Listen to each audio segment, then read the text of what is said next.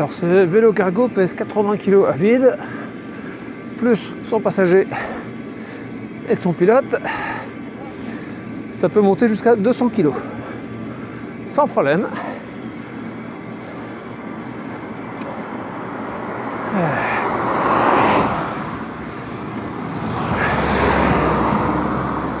L'assistance est un peu indispensable.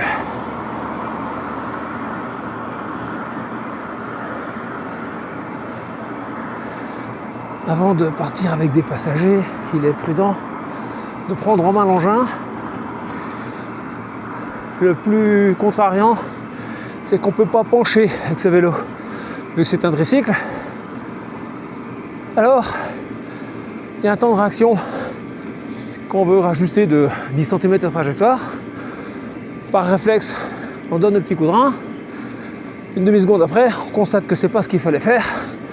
Et à ce moment-là, on donne le petit coup de guidon.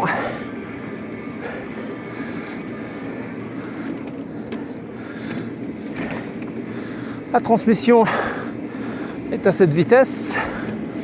Il faut juste arrêter de pédaler le temps de changer le rapport. On ne peut pas le faire en plein effort. C'est dommage, ça casse un peu la dynamique quand on rétrograde dans les montées. Là aussi, c'est un coup à prendre.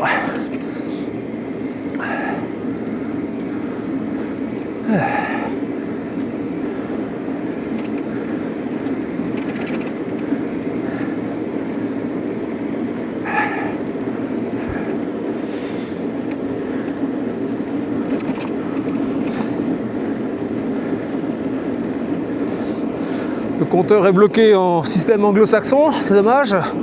Je roule à 17 miles. Il faut multiplier par 1,6 pour avoir la vitesse en km/h.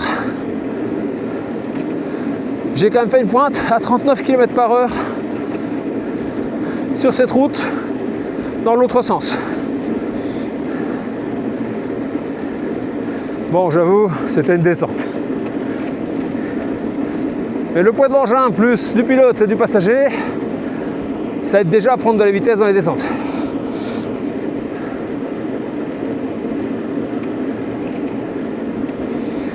J'en profite pour tester la qualité du micro en plein courant d'air.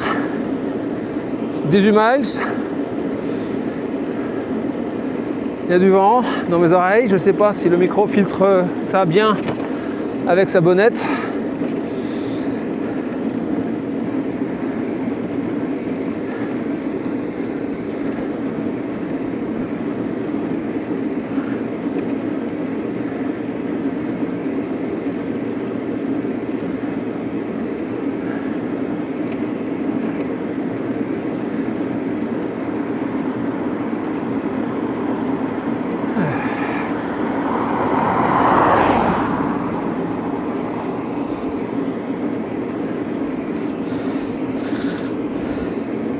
Il y a 4 niveaux d'assistance électrique. Soit on les règle avec le pouce, soit on les met en mode automatique. Là, j'ai mis au mode auto, c'est pas mal. Aide maximale, vous avez 30 km d'autonomie. À moins que ce soit 30 miles. Peut-être. Ouais. Et en aide modérée économique, ça pousse à 60. Donc 60 miles, ça fait pas loin de 100 km.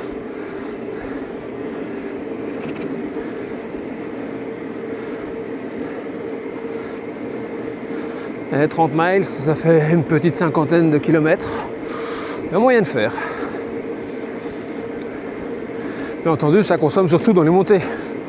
Un peu sur le plat. Pas du tout dans les descentes. Mais il n'y a pas de récupération d'énergie, c'est bien dommage.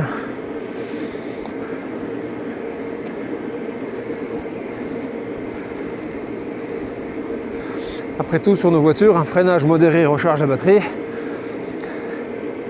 Et un freinage plus prononcé use les plaquettes. Là, c'est directement sur les plaquettes. On a frein à disque à l'avant et à l'arrière. Petit détail un peu contrariant.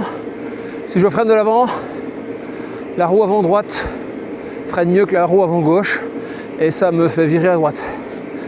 Donc il faut y aller mollo.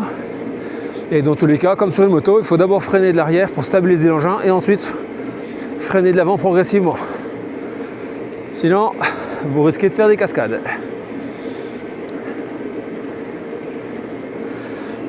Cet engin a été loué au tarif de 40 € pour un mois.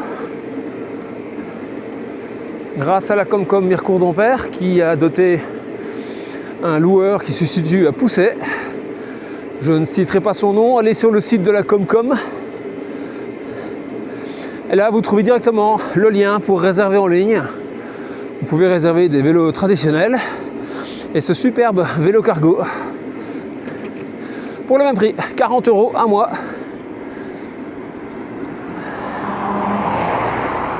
Il y a moyen de s'éclater. Dans le bon sens du terme, bien entendu.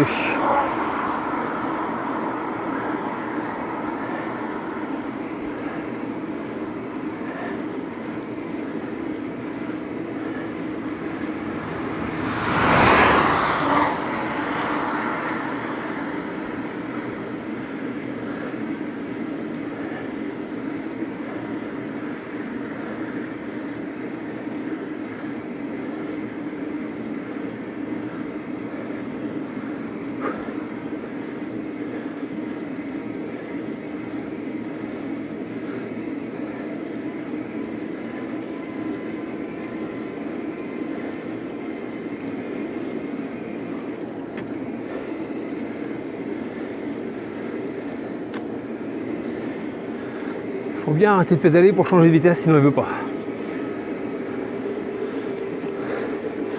Ah, des biches. Hier soir, Valentin était heureux de voir les biches et de les montrer du doigt.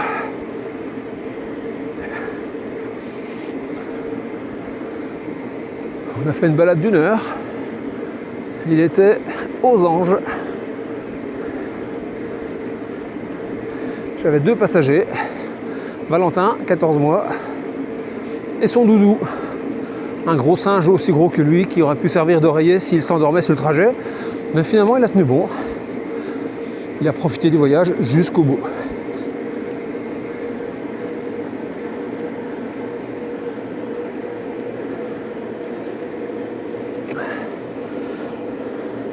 « 16 miles à l'heure.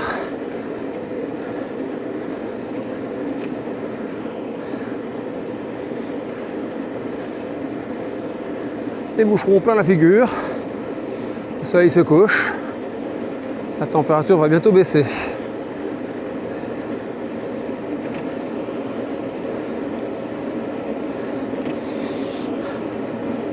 19 miles à l'heure.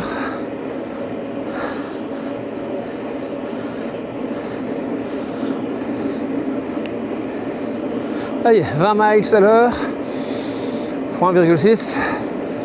Ça fait 20 plus...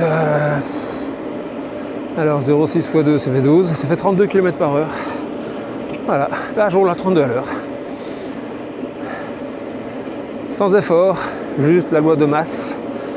80 kg le vélo, 100 kg le conducteur. La gravitation fait le reste. Dans les descentes, c'est bien. Dans les montées, c'est moins bien.